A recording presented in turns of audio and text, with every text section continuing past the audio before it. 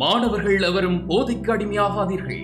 அடிமையானவர்கள் மீண்டதாக சரித்திரமில்லை. எனவே உங்களையும் சமூகத்தையும் பாதுகாத்துக் கொள்ளுங்கள். உங்கள் நலன் கருதி கல்வி டிவி. அனைத்து மாணவர்களுக்கும் காலை நேர வணக்கங்கள்.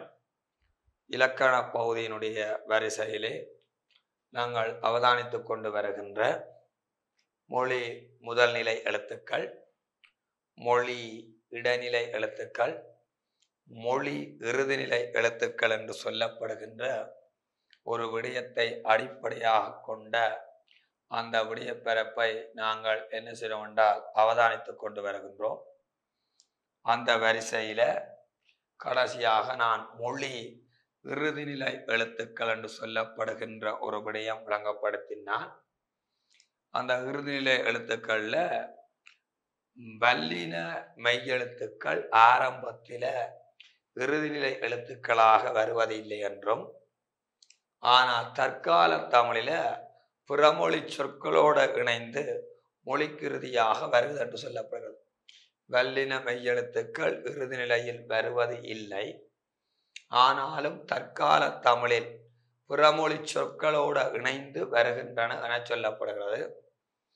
உக்கன்னா, இச்சன்னா, இட்டன்னா, இத்தன்னா, உப்பன்னா, இட்டன்னா என்றது தற்காலத்தில் பார்த்தீங்கன்னா வல்லின எழுத்துக்கள் மொழிக்கு இறுதியில வருகிறதாக இருக்கிறது. அடுத்தது நாங்கள் படிக்க வேண்டிய விடயம் போலி எழுத்துக்கள் என்று சொல்லப்படுகிற ஒரு விடயம். அதாவது என்ன எழுத்துக்கள் என்றால் போலி எழுத்துக்கள் என்று சொல்லுவோம். போலி எழுத்துக்கள் என்றா என்னண்டா, ஒரு சொல்லிலே வருகின்ற ஒரு எழுத்துக்கு பதிலாக, ஒரு சொல்லிலே வருகின்ற ஒரு எழுத்துக்கு பதிலாக வேறொரு எழுத்து வந்து நின்று, சொல்லிலே ஒரு எழுத்துக்கு பதிலாக வேறொரு எழுத்து வந்து நின்று பொருள் மாறுபடாம இருக்குமாயின் அதை நாங்கள் என்னென்று சொல்லுவோம்டா போலி என்று சொல்லுவோம். அதாவது ஒரு சொல்லிலே வருகின்ற ஒரு எழுத்துக்கு பதிலாக வேறொரு எழுத்து வந்து நின்று அதனுடைய பொருள் மாறுபடாது இருக்குமாயின் அதை நாங்கள் போலி என்று சொல்லுவோம். அந்த வகையில அது சொல்லின்ற முதல்ல வரலாம், சொல்லின்ற இடையில வரலாம், இறுதியில வரலாம். இந்த போலி எழுத்தை தமிழ்ல 3 வகைப்படுத்தலாம். மொழி முதற் போலி, மொழி இடைப்போலி, மொழி இறுதி போலி என்று 3 வகைப்படுத்தலாம். ஒன்று மொழி முதற் போலி என்று சொல்லப்படுகிறது, ஒன்று இரண்டாவது மொழி இடைப்போலி என்று சொல்லப்படுகிறது, அடுத்தது மொழி இறுதி போலி என்று சொல்லப்படும்.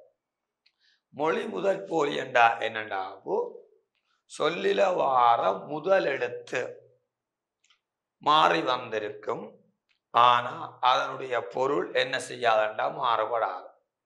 சொல்லில வார முதல் எழுத்து போலியாக வரும், ஒன்று வர வேண்டிய இடத்துல இன்னொன்று வரும், ஆனாலும் அது என்ன செய்யாதண்டா மாற்றமடையாது. மொழி முதற் பாலிங்க என்றால் யமன், அங்கால நமன் என்று வருது, இது இயல்பு, இது போலி.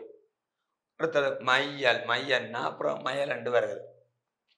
மொழி இடைப்போலி என்றால் ஐயர், ஐயர் என்பதும் மொழி முதல் போலி தான் வருது. ஐயர் புறங்கால ஐயர் என்று வருகிறது. மொழி இடைப்போலி என்றா என்னென்று பார்ப்போம். மொழி இடைப்போலி, மொழி இடைப்போலி என்றா என்னண்டா, மொழி இடைப்போலி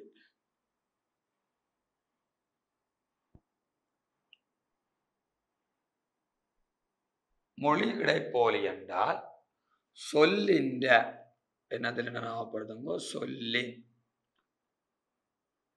என்ன மாதிரி என்றா இடையில் உள்ள எழுத்து, இடையில் உள்ள எழுத்து, சொல்லின்ற எண்ணத்தில் உள்ள எழுத்தண்டா இடையில் உள்ள எழுத்து. சொல்லின்ற இடையில் உள்ள எழுத்து மாறி வரும், மாறி வந்து ஒரு எழுத்து வர வேண்டிய இடத்துல இன்னொரு எழுத்து வேற மாறி வந்து பொருள் மாறுபடாமல் இருக்குமண்டா, பொருள் மாறுபடாமல் அமையுமாயின் அதை நாங்கள் என்னன்னு சொல்லுவோம்டா மொழி இடைப்போலி. சொல்லின் இடையில வர வேண்டிய ஒரு எழுத்துக்கு பதிலாக வேறொரு எழுத்து வந்து நின்று அதனுடைய பொருள் மாறுபடாது இருக்குமாயின் அதை நாங்கள் என்னன்னு சொல்லுவோம்டா மொழி இடைப்போலி. உதாரணத்துக்கு அமைச்சர் என்பது இதுதான் சரி. ஆனா மையன்னா இச்சன்னா சானா இறன்னா மையன்னா. மையன்னா வர வேண்டிய இடத்துல ஆனா மானா இச்சன்னா சானா இறன்னான்னு சொன்னால் அமைச்சர். அதே மாதிரி அரசன் ஆனா சானா சானா இன்னன்னா இதுதான் சரி. ஆனால் அரசன் என்று சொன்னால் அது என்னவா இருக்கும் என்றால் போலியாக இருக்கும். ஒரு சொல்லில இடையில வர வேண்டிய ஒரு எழுத்து வேறு மாறி வந்து அதனுடைய பொருள் மாற்றப்படாது இருந்தால் அதை சொல்வதும் மொழி இடைப்போல். அடுத்தது ஒன்று இருக்கு பிள்ளைகள், மொழி என்ன போலி என்றால் இறுதி போலி என்று சொல்லலாம். மொழி இறுதி போலி அல்லது இன்னொரு மறுபெயர் இருக்குது மொழி கடைப்போலி. மொழி இறுதி போலி அல்லது கடைப்போலி. சொல்லின்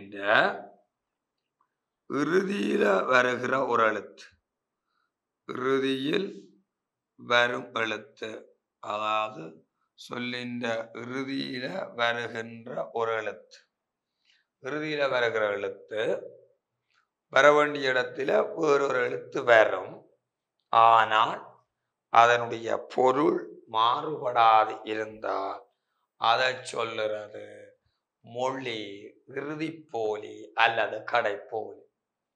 உதாரணத்துக்கு முகம் என்பதுதான் சரி, மாறாக முகன் என்று வந்தால் உம்மன்னா வர வேண்டியத்துல இன்னன்னா வருகிறது. அதே மாதிரி உடல் என்பதுதான் சரி, ஊனா டானா இறனான்னு சொன்னால் அது என்னவா இருக்கும் என்றால் போலியாக இருக்கும். அவை போலிய நாங்கள் 3 வகைப்படுத்தலாம். மொழி முதற் போலி, மொழி இடைப்போலி, மொழி இறுதி போலி என்று சொல்லப்படும். மொழி முதற் போலி, மொழி இடைப்போலி, மொழி இறுதி போலி என்று அதனுடைய வகைப்பாடுகள் காணப்படுகின்றன.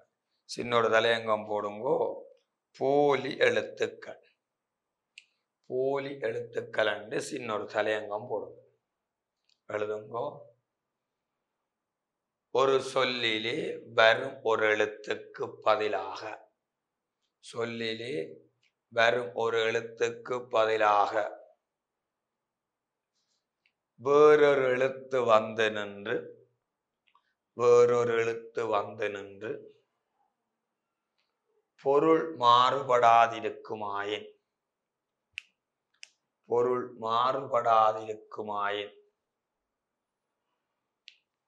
அது போலி எழுத்தென்று சொல்லப்படும். அது போலி எழுத்தென்று சொல்லப்படும். இந்த போலி எழுத்தினை தமிழில் 3 வகைப்படுத்தலாம்.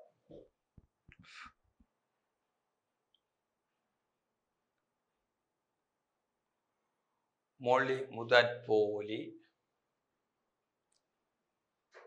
மொழி இடைப்போலி,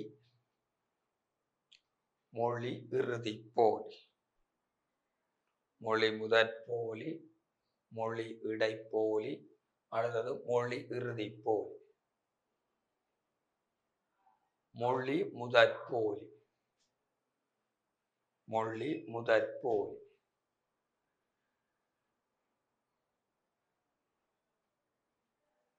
சொல்லிலே வருகின்ற, சொல்லொன்றிலே வருகின்ற முதலாவது எழுத்து மாறி வந்து பொருள் மாறுபடாது இருக்குமாயின், பொருள் மாறுபடாது இருக்குமாயின் அது மொழிமுதற் போலி என்று அழைக்கப்படும். அது மொழிமுதற் போலி என்று அழைக்கப்படும்.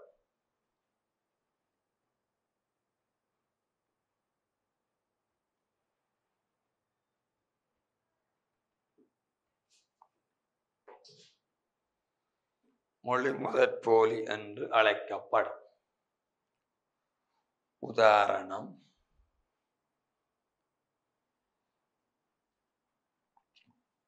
ஐயர், இதுதான் சரியானது, ஆனா இயன்னா போட்டு எழுதினாலும் சரி. ஐயர். ஒளவை, இதுதான் சரி, ஆனா உவன்னா வையன்னா போட்டு எழுதுறோம்.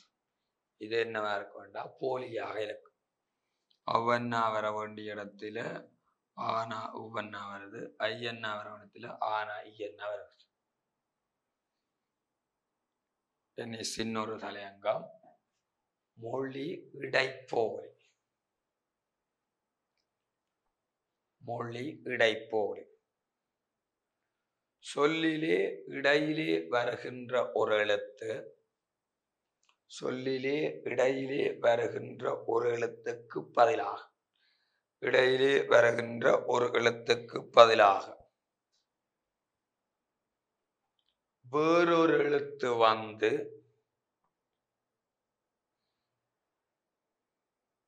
பொருள் மாறுபடாது இருக்குமாயின், பொருள் மாறுபடாது இருக்குமாயின் அது மொழி இடைப்போலி என அழைக்கப்படும்.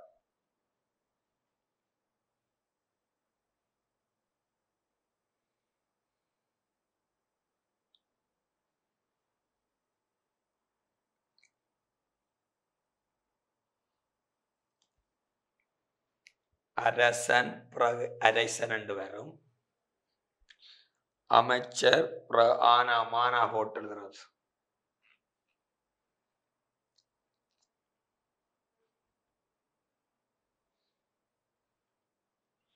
அமைச்சர் ஆனா மையன்னா இச்சன்னா சானாகிற அமைச்சர், ஆனா மாண்டா போட்டு எழுதினா அது போலி. அதே மாதிரி கானா டானா மையன்னா கடமை, கடைமை அண்டு போட்டு எழுதினா அது டானா வயோட என்ன வரும். இனி தலையங்கம் போடுங்கோ, மொழி இறுதி போலி அல்லது கடைப்போலி. மொழி இறுதி போலி அல்லது கடைப்போலி. மொழி இறுதி போலி அல்லது கடைப்போலி.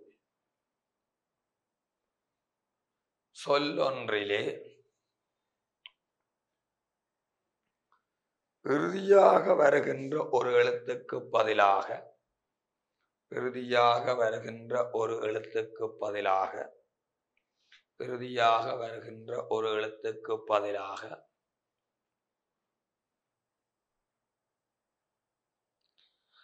வேறொரு எழுத்து வந்து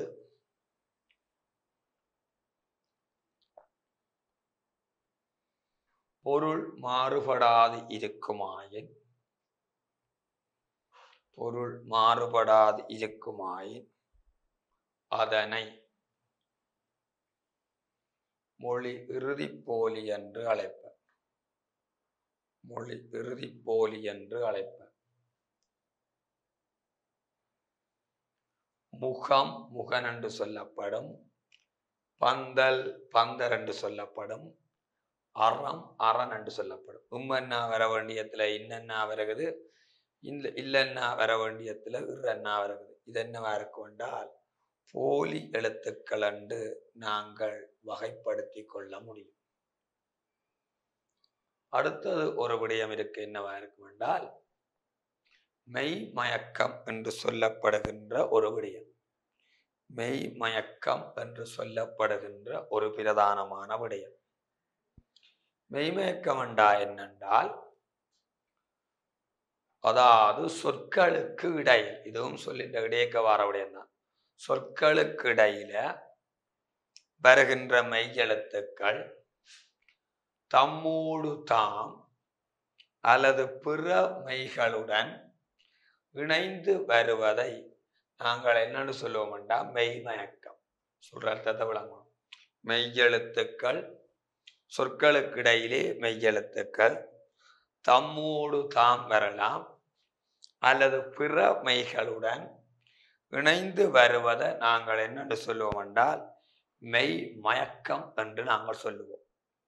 அதாவது ஒரு மெய்யெழுத்து அதே இன மெய்யெழுத்தோட வரலாம் அல்லது ஒரு மெய்யெழுத்து வேற இன மெய்யெழுத்தோட சேர்ந்து வரலாம். இப்படி வந்தால் இதை சொல்லுவோம் என்னன்னு சொல்லுவோம் என்றால் மெய் மயக்கம். அப்ப இந்த மெய் மயக்கத்தை நாங்கள் 2 வகைப்படுத்தலாம். ஒன்று உடல்நிலை மெய்மயக்கம் என்று சொல்லப்படும் ஒன்று, அடுத்தது சொல்லப்படும் வேற்று நிலை மெய்மயக்கம். ஒன்று உடல்நிலை மெய்மயக்கம் என்று சொல்லப்படும் ஒன்று, அடுத்தது வேற்று நிலை மெய்மயக்கம். உடல்நிலை மெய்மயக்கம் என்னென்றால் ஒரு மெய்யெழுத்து அதே இன மெய்யெழுத்தோட சேர்ந்து வருமென்றால் அதை நாங்கள் சொல்லுவோம் உடல்நிலை மெய்மயக்கம். ஒரு மெய்யெழுத்து சொற்களுக்கிடையில அதே மெய்யெழுத்தோட இணைந்து வருமாயின் அல்லது சேர்ந்து வருமாயின் அதை சொல்லுவோம் உடல்நிலை மெய்மயக்கம். ஒரு மெய்யெழுத்து அதே இன மெய்யெழுத்தோட இணைந்து வருமாயின் அல்லது சேர்ந்து வருமாயின் அதை சொல்றது உடல்நிலை மெய்மயக்கம். அவை 18 மெய்யெழுத்தில இறன்னா கம இள்ளன்னா தவிர்ந்த இறன்னா இறன்னா கம இள்ளன்னா தவிர்ந்த அதாவது 16 மெய்களும் உடல்நிலை மெய்மயக்கமாக வரும். இறன்னா கம இள்ளன்னா தவிர்ந்த 16 மெய்களும் என்னவா வருமென்றால் உடல்நிலை மெய்மயக்கம் ஆக வரும். அவைக இந்த 2 இறன்னாவும் இள்ளன்னாவையும் தவிர இருக்கின்ற 16 மெய் எழுத்துக்களும் உடல்நிலை மெய்மயக்கமாக வரும்.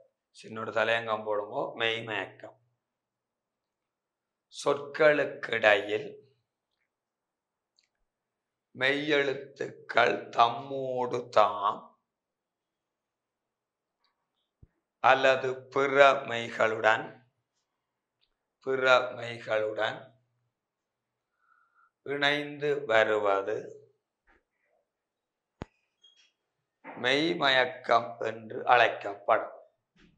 மெய்மயக்கம் என்று அழைக்கப்படும். இந்த மெய்மயக்கத்தை 2 வகைப்படுத்தலாம். ஒன்று உடல்நிலை மெய்மயக்கம், அடுத்தது வேற்று நிலை மெய்மயக்கம்.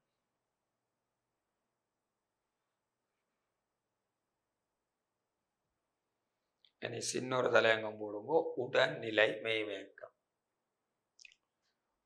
ஒரு மெய்யெழுத்து அதே இன மெய்யெழுத்துடன் சேர்ந்து வருமாயின் அது உடல்நிலை மெய்மயக்கம் என அழைக்கப்படும். அந்த வகையில் மெய் எழுத்துக்களில் இறன்னா கம இள்ளன்னா தவிர்ந்த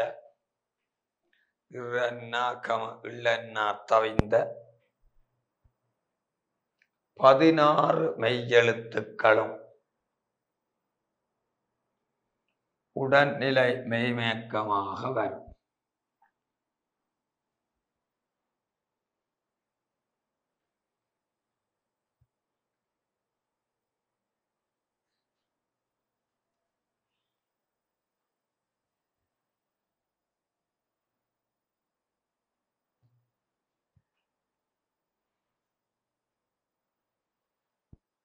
இக்கண்ணாக்கு பக்கம், இச்சன்னாக்கு வரும் மச்சம், இட்டன்னாக்கு வட்டம் அல்லது விட்டம், இத்தன்னாக்கு 10, இப்பன்னாக்கு வெப்பம், இட்டன்னாக்கு வெற்றி,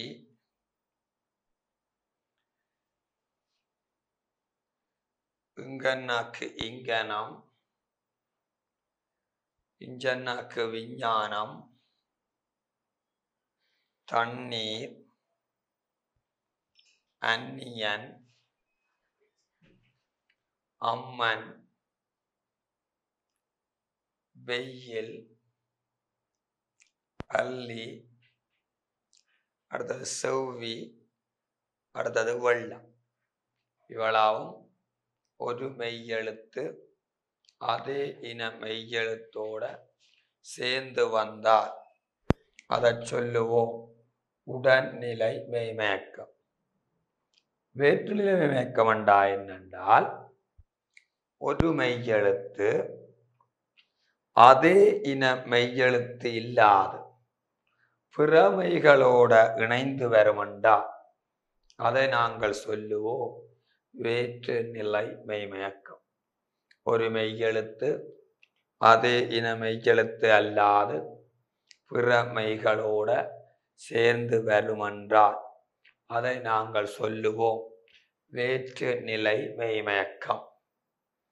அந்த வகையில மெய்யெழுத்துக்கள்ல இக்கன்னா, இச்சன்னா, இத்தன்னா, உப்பன்னா, இக்கன்னா, இச்சன்னா, இத்தன்னா, உப்பன்னா என்ற 4 மெய்யெழுத்துக்கள் தவிர 14 மெய்யெழுத்துக்களும் வேற்றுநிலை மெய்மயக்கமாக வரும். 4 மெய்யெழுத்துக்களும் தவிர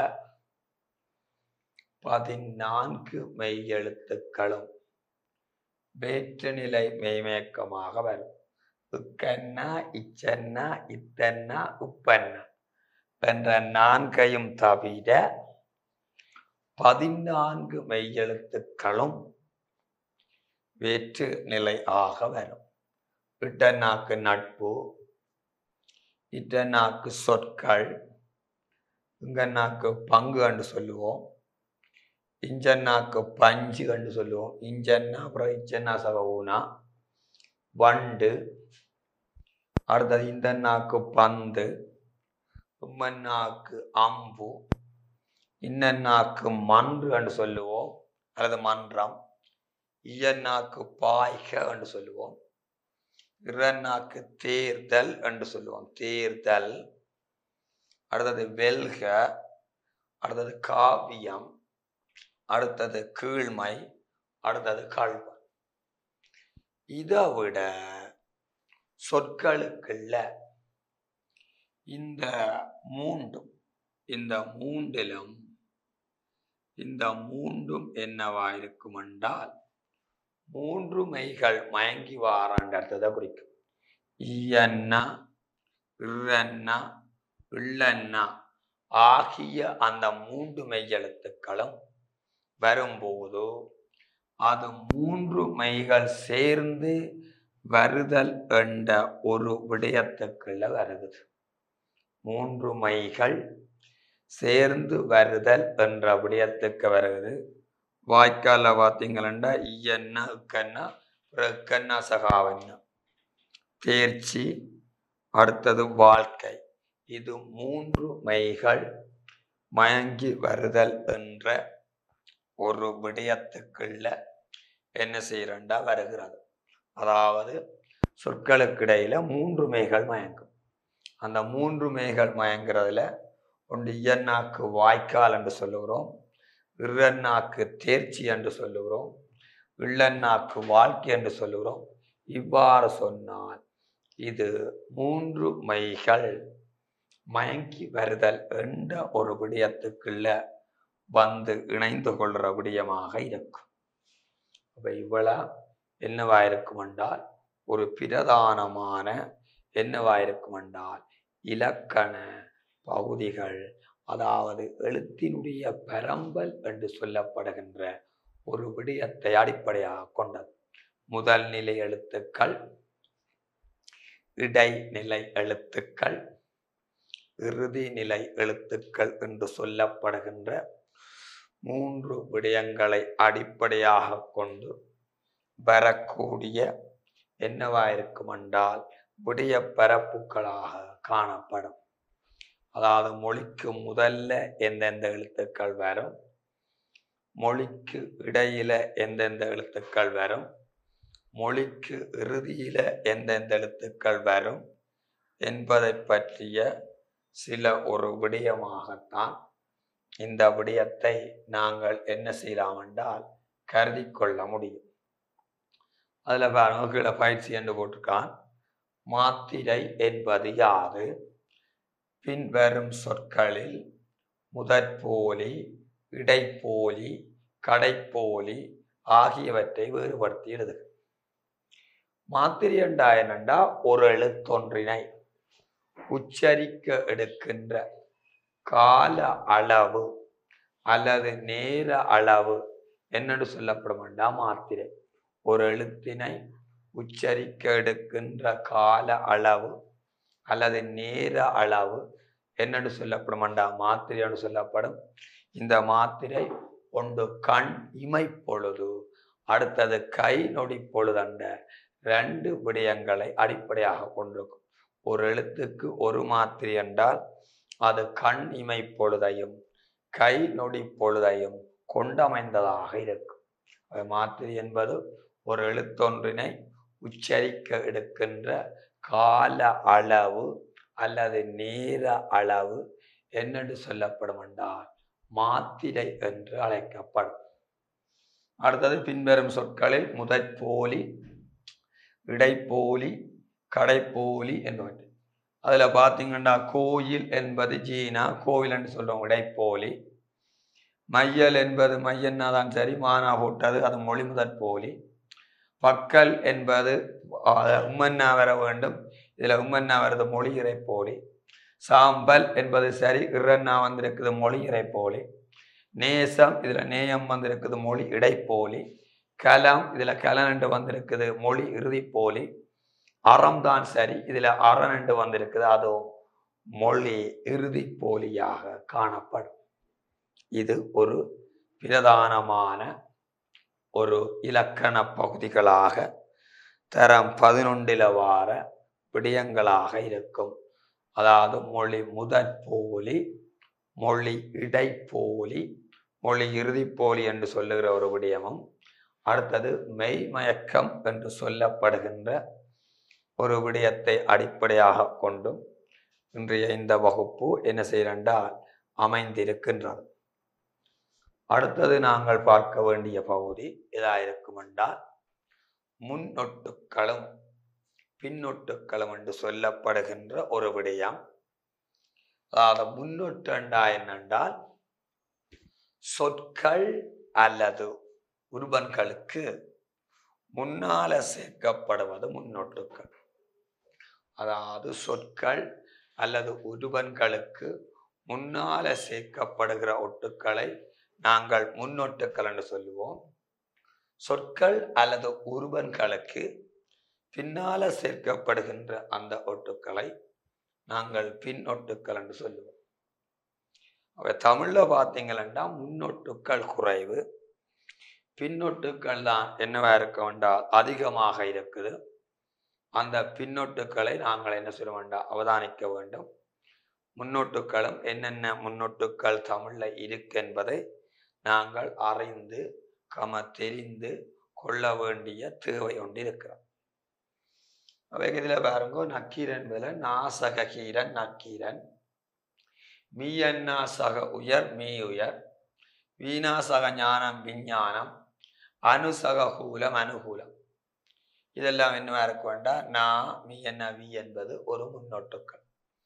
அதே போல பார்த்தீங்கள் என்றால் இதுல பார்த்தீங்கன்னா பால் சகாரன் பால்காரன், குணம் சகவதி குணவதி, கொடை சக ஆளி கொடையாளி. இதுல வார காரன் வதி ஆளி என்பன என்னவா இருக்குண்டா பின்னொட்டுக்கள் என்று சொல்லப்படும். அவை பொதுவாக தமிழ்ல முன்னொட்டுக்கள் குறைவு, பின்னொட்டுக்கள் தான் அதிகமாக காணப்படுகிறது. இந்த விடயம் சம்பந்தமாக அடுத்த வகுப்பு மேற்கொண்டு கதைத்துக் கொள்வோம். இன்று இவ்வளா பகுதியுடனும் இந்த வகுப்பினை பூரணப்படுத்துகிறேன். நன்றி, வணக்கம். கல்வி டிவியில் புத்தம்புது நிகழ்ச்சிகளை உடனுக்குடன் பார்த்து மகிழ எமது Facebook மற்றும் YouTube பக்கத்தை லைக் செய்யுங்கள்.